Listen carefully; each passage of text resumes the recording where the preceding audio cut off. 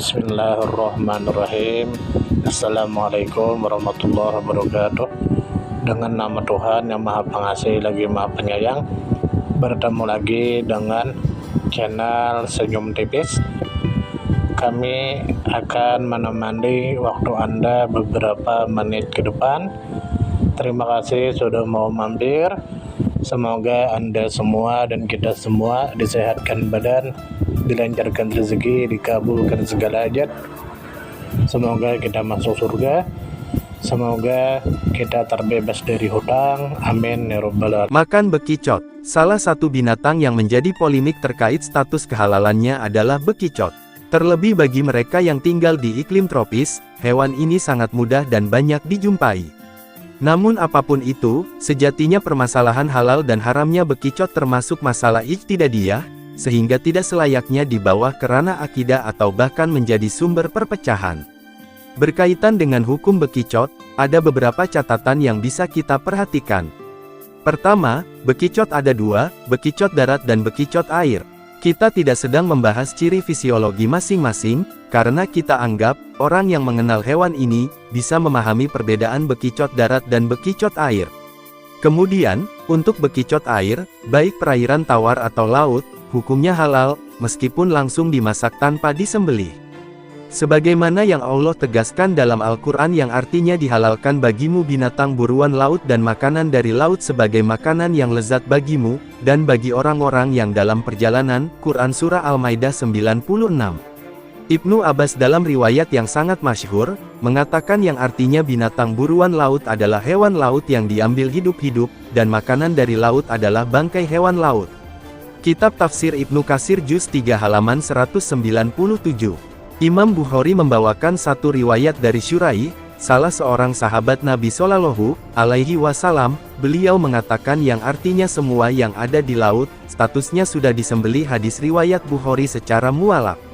Kedua, hukum bekicot darat. Bagian inilah yang diperselisihkan ulama. Pendapat pertama, bekicot darat termasuk hasyarat, dan hasyarat hukumnya haram. Ini adalah pendapat mayoritas ulama, diantaranya, Imam Abu Hanifah, Imam Ahmad, Daud Ad-Dahiri, dan Syafi'iyah. An-Nawawi mengatakan yang artinya, mazhab-mazhab para ulama tentang hewan melata bumi, mazhab kami penganut mazhab Syafi'i hukumnya haram. Ini merupakan pendapat Abu Hanifah, Ahmad, dan Daud. Sementara Malik mengatakan, boleh. Kitab Al-Majmu jilid 9 halaman 16. Ibnu Hazm mengatakan yang artinya, tidak halal makan bekicot darat, tidak pula binatang melata semuanya, seperti cicak, kumbang, semut, lebah, lalat, cacing dan yang lainnya, baik yang bisa terbang maupun yang tidak bisa terbang, kutu kain atau rambut, nyamuk, dan semua binatang yang semisal. Berdasarkan firman Allah, yang artinya, diharamkan bagi kalian bangkai, darah, kemudian Allah tegaskan yang halal, dengan menyatakan, kecuali binatang yang kalian sembelih. Kemudian Ibnu Hazm menegaskan yang artinya, sementara dalil yang sahih telah mengaskan bahwa cara penyembelihan yang hanya bisa dilakukan pada leher atau dada. Untuk itu, hewan yang tidak mungkin disembelih, tidak ada jalan keluar untuk bisa memakannya, sehingga hukumnya haram. Karena tidak memungkinkan dimakan, kecuali dalam keadaan bangkai, yang tidak disembelih. Kitab Al-Muhalla jilid 6 halaman 76. Pendapat kedua, merupakan kebalikannya, bekicot hukumnya halal. Ini adalah pendapat Malikiyah. Mereka punya prinsip bahwa hewan yang tidak memiliki sistem transportasi darah merah, tidak harus disembelih. Mereka mengkiaskannya sebagaimana belalang. Cara menyembelihnya bebas, bisa dengan langsung direbus, dipanggang, atau ditusuk dengan kawat besi, sampai mati, sambil membaca basmalah. Dalam Al-Mudawanah dinyatakan yang artinya, Imam Malik ditanya tentang binatang yang ada di daerah Maroko, namanya bekicot. Biasanya berjalan di bebatuan, naik pohon. Bolehkah dia dimakan? Imam Malik menjawab, saya berpendapat, itu seperti belalang. Jika ditangkap hidup-hidup, lalu direbus atau dipanggang. Saya berpendapat, tidak masalah dimakan, namun jika ditemukan dalam keadaan mati, jangan dimakan. Kitab Al-Mudawanah jilid 1 halaman 542. Al-Baji juga pernah menukil keterangan Imam Malik tentang bekicot yang artinya cara menyembelihnya adalah dengan dimasak, atau ditusuk kayu atau jarum sampai mati. Dengan Dibacakan nama Allah ketika itu. Sebagaimana membaca bismillah ketika memutuskan kepala belalang. Kitab Al-Muntaka Syarh Muwatta, Jilid 3 halaman 110. Jika perhatikan keterangan di atas, keterangan yang melarang makan bekicot, lebih mendekati kebenaran. Karena bekicot darat termasuk hewan melata yang tidak bisa disembelih. Dan semua binatang yang tidak mungkin bisa disembelih, maka tidak ada cara untuk bisa memakannya, karena statusnya bangkai. Sisi yang lain, terdapat kaidah yang diakui bersama bahwa tidak mengkonsumsi binatang yang halal dimakan setelah disembelih, termasuk tindakan menyia-nyiakan harta, yang itu dilarang secara syariat. Sementara binatang seperti membuang bekicot, tidak termasuk bentuk menyia-nyiakan harta. Sementara mengkiaskan bekicot dengan belalang, seperti yang dipahami Malikiyah, adalah kias yang tidak benar. Karena belalang dikecualikan oleh Rasulullah Shallallahu Alaihi Wasallam dari hukum bangkai yang haram. Sementara bekicot tetap harus disembelih menurut Malikiyah, hanya saja dengan cara yang tidak pada umumnya diterapkan. Bekicot dikenal siput darat yang banyak ditemui di berbagai belahan dunia, termasuk beberapa wilayah Indonesia. Meskipun sering dianggap sebagai hama bagi tanaman, bekicot memiliki beragam manfaat yang dapat dimanfaatkan dalam berbagai bidang, baik kesehatan, kuliner atau industri lainnya. Bekicot sendiri merupakan siput tanah yang biasa ditemui di pohon, rumput, atau tempat-tempat lembab. Jika disajikan dengan benar, bekicot memiliki banyak manfaat. Melansir dari berbagai sumber berikut beberapa manfaat bekicot untuk kesehatan. 1. Bekicot mengandung triptofan yang baik untuk memperbaiki suasana hati. Tak hanya makan coklat, bekicot juga ampuh untuk memperbaiki suasana hati atau mood kamu, loh. Itu karena bekicot mengandung senyawa triptofan yang nantinya akan diubah menjadi molekul 5-hidroksitriptopan. Nantinya molekul ini akan merangsang otak untuk memproduksi hormon serotonin dan melatonin, yang berguna untuk memperbaiki suasana hati, kualitas tidur, dan nafsu makan. 2. Tinggi protein yang baik untuk membangun dan memperbaiki ototmu. Menurut Rob Hobson, ahli gizi dari Inggris, bekicot adalah sumber protein yang rendah kalori. Protein itu sendiri penting untuk membangun dan memperbaiki otot. 3. Tinggi zat besi untuk mencegah anemia dan kelelahan. Bekicot adalah sumber zat besi yang baik dan penting untuk membangun sel darah merah dan membawa energi ke seluruh tubuh. 4. Mengandung vitamin B12 yang baik untuk sistem saraf. Bekicot memiliki kandungan vitamin yang tinggi, salah satunya B12. Vitamin ini sendiri penting untuk membuat sel darah merah. Selain itu juga penting untuk menjaga sistem saraf dan mengolah asam folat. 5. Mengandung magnesium yang baik untuk menjaga tekanan darah, memperkuat tulang, dan menjaga detak jantung. Bekicot juga kaya akan magnesium yang sangat dibutuhkan tubuh untuk menjaga tekanan darah tetap normal, memperkuat tulang, dan menjaga detak jantung tetap teratur. 6. Lendir bekicot bermanfaat untuk kesehatan kulit.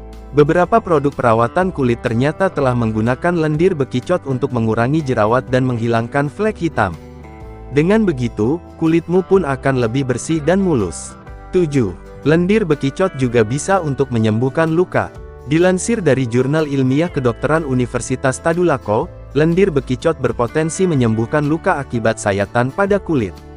Kepopuleran sajian bekicot tak hanya ada di beberapa wilayah Indonesia. Di Prancis, bekicot juga sering disajikan di restoran-restoran mahal. Mereka sering menyebutnya sebagai escargot. Dengan demikian, bekicot memiliki potensi manfaat yang cukup besar dalam berbagai bidang, baik dari bidang kesehatan, industri, maupun kuliner. Namun, perlu diingat bahwa dalam penggunaannya sebagai bahan makanan atau obat-obatan, harus memperhatikan proses pengolahan yang tepat serta kebersihan dan keamanannya. Bekicot dibudidayakan masyarakat Indonesia sebagai hewan ternak yang dapat dimakan karena mengandung banyak gizi yang dibutuhkan untuk kesehatan tubuh.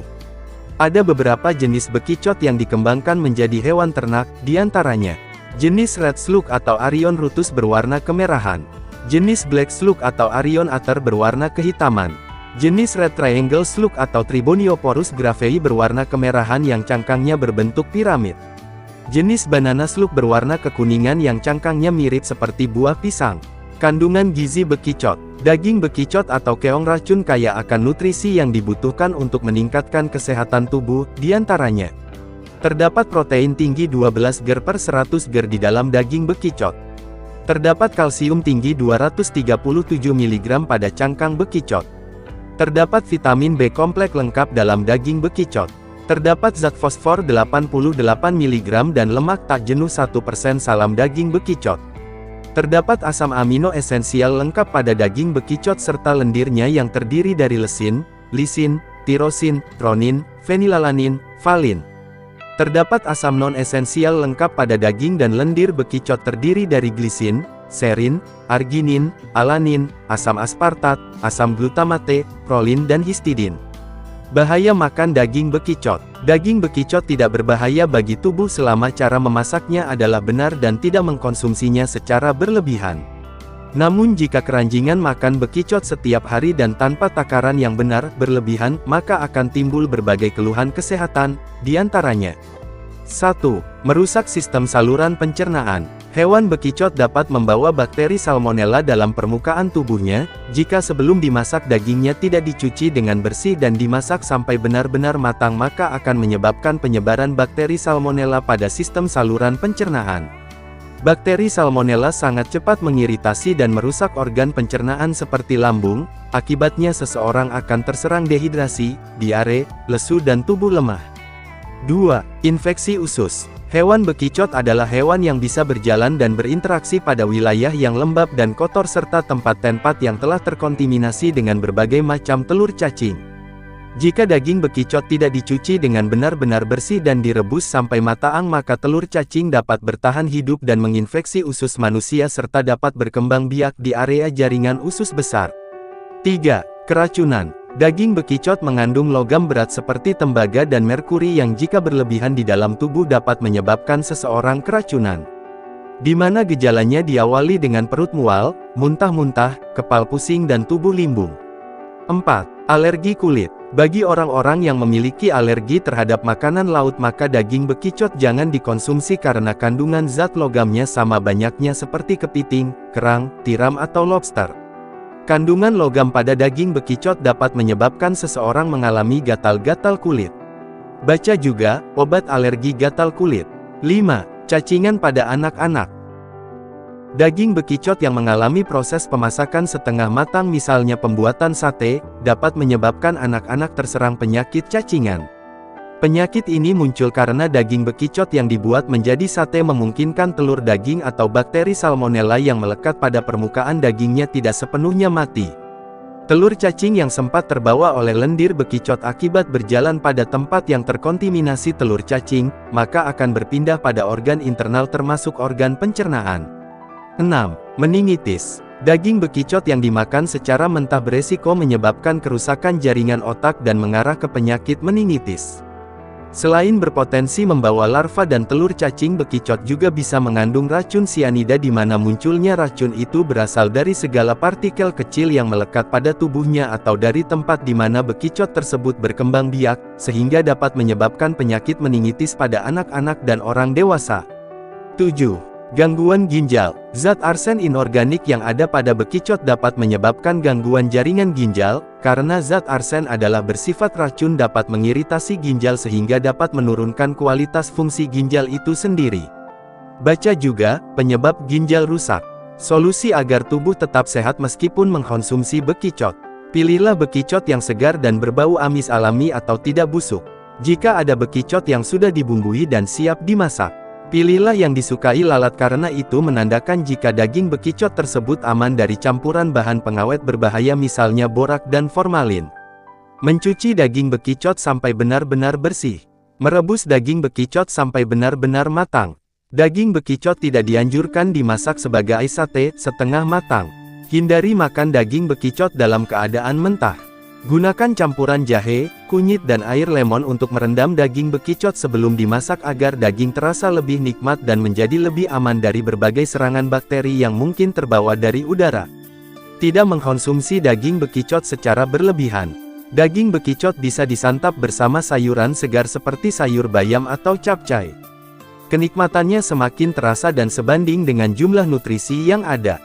Sumber: 1. https://g-miring-topik-bekicot-104288009 2. https://www.rri.co.id/kesehatan-6664009 manfaat bagi kesehatan coba tagar -2 teks sama dengan bekicot %20 adalah %20 sumber %20 zat %20 besi, membawa %20 energi %20 ke %20 seluruh %20 tubuh. Dan teks sama dengan bekicot %20 memiliki %20 kandungan %20 vitamin %20 yang untuk %20 membuat %20 sel %20 darah %20 merah.